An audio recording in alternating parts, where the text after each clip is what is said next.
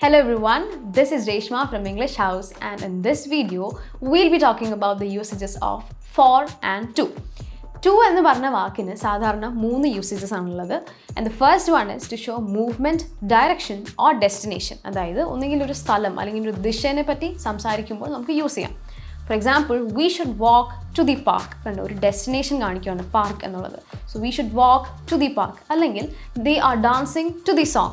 ഇനി നമ്മുടെ രണ്ടാമത്തെ യൂസേജ് ആണ് to show the duration between 2 time periods. അതായത് ഇന്ന സമയം തൊട്ട് ഇത്ര സമയം വരെ, അല്ലെങ്കിൽ ഇന്ന സ്ഥലം തൊട്ട് മറ്റൊരു സ്ഥലം വരെ എന്ന് പറയാൻ നേരവും നമുക്ക് ടു യൂസ് ചെയ്യാം. For example, my working hours are from 9 AM to 6 PM. കണ്ടോ, 9 AM to 6 PM എന്ന് പറയുന്ന ഒരു ടൈം ഡ്യൂറേഷൻ കാണിച്ചതാണ്. മറ്റൊരു എക്സാമ്പിൾ പറയുകയാണെങ്കിൽ, we should drive from our home to the park. നമുക്ക് നമ്മുടെ വീട്ടിൽ നിന്ന് ഒരു പാർക്ക് വരെ ഡ്രൈവ് ചെയ്യാം. അവിടെയും ഇന്ന സ്ഥലം തൊട്ട് മറ്റൊരു സ്ഥലം വരെ എന്നാണ് പറഞ്ഞത്. ഇനി നമ്മുടെ മൂന്നാമത്തെ യൂസേജ് ആണ് ടു ഷോ പ്രിഫറൻസസ്. അതായത് നമ്മുടെ താല്പര്യങ്ങൾ സൂചിപ്പിക്കാൻ വേണ്ടിയിട്ട് നമുക്ക് ടു യൂസ് ചെയ്യാം. For example, I prefer tea to coffee. ഞാൻ കോഫീനെക്കാട്ടിലും പ്രിഫർ ചെയ്യുന്നത് ടീ ആണ്. സോ ഇവിടെ സാധാരണ ആൾക്കാർക്ക് പറ്റുന്ന ഒരു തെറ്റാണ് I prefer tea than coffee എന്ന് പറയാറുണ്ട്, വിച്ച് ഇസ് റോങ്. ദാൻ അല്ല യൂസ് ചെയ്യുന്നത്, ടു ആണ് യൂസ് ചെയ്യുന്നത്. ഇനി നമുക്ക് ഫോർ എന്ന് പറഞ്ഞ വാക്കിൻ്റെ യൂസേജസ് എന്തൊക്കെയാണെന്ന് നോക്കാം.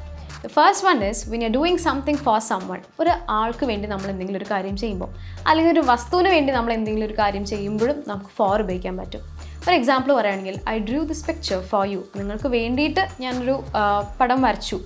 ഇനി രണ്ടാമത്തെ യൂസേജ് ആണ് when you're talking about the purpose of an object or an action. ഒരു പ്രവൃത്തിയുടെയോ അല്ലെങ്കിൽ ഒരു വസ്തുവിൻ്റെയോ ഉപയോഗത്തെ പറ്റി സംസാരിക്കുമ്പോൾ നമുക്ക് ഫോർ ഉപയോഗിക്കാൻ പറ്റും.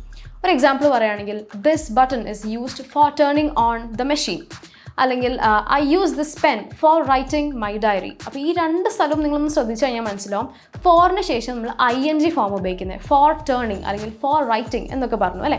അപ്പോൾ ഇവിടെ ശ്രദ്ധിക്കേണ്ട കാര്യം ഇതേ ഉള്ളൂ, ഫോർ എന്ന് പറഞ്ഞ വാക്കിൻ്റെ കൂടെ എപ്പോഴെങ്കിലും ഒരു വേർബ് വരുവാണെങ്കിൽ വേർബിൻ്റെ ING ഫോം ആയിരിക്കും ഉപയോഗിക്കുന്നത്. അതായത് for watching, for sleeping, for dancing എന്നൊക്കെ നമ്മൾ പറയും.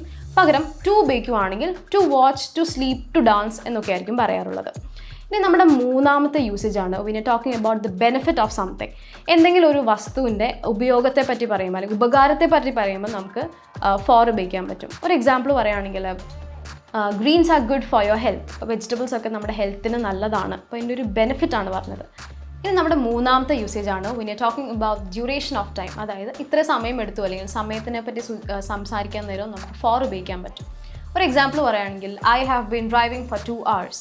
അല്ലെങ്കിൽ I haven't seen them for 2 months. കാരണം രണ്ട് സാഹചര്യത്തിലും സമയത്തെയാണ് നമ്മൾ എടുത്ത് കാണിച്ചത്. സോ ഐ ഹോപ്പ് നിങ്ങൾക്ക് ഫോറിൻ്റെയും ടുവിൻ്റെയും യൂസേജസ് ക്ലിയർ ആയിന്ന്. ഇംഗ്ലീഷ് ഹൗസിൻ്റെ കോഴ്സസിനെ പറ്റി കൂടുതൽ അറിയാനും ക്ലാസ്സുകൾ ജോയിൻ ചെയ്യാനും താഴെ കൊടുത്തിരിക്കുന്ന ലിങ്ക് ക്ലിക്ക് ചെയ്യും. English House. English at your fingertips.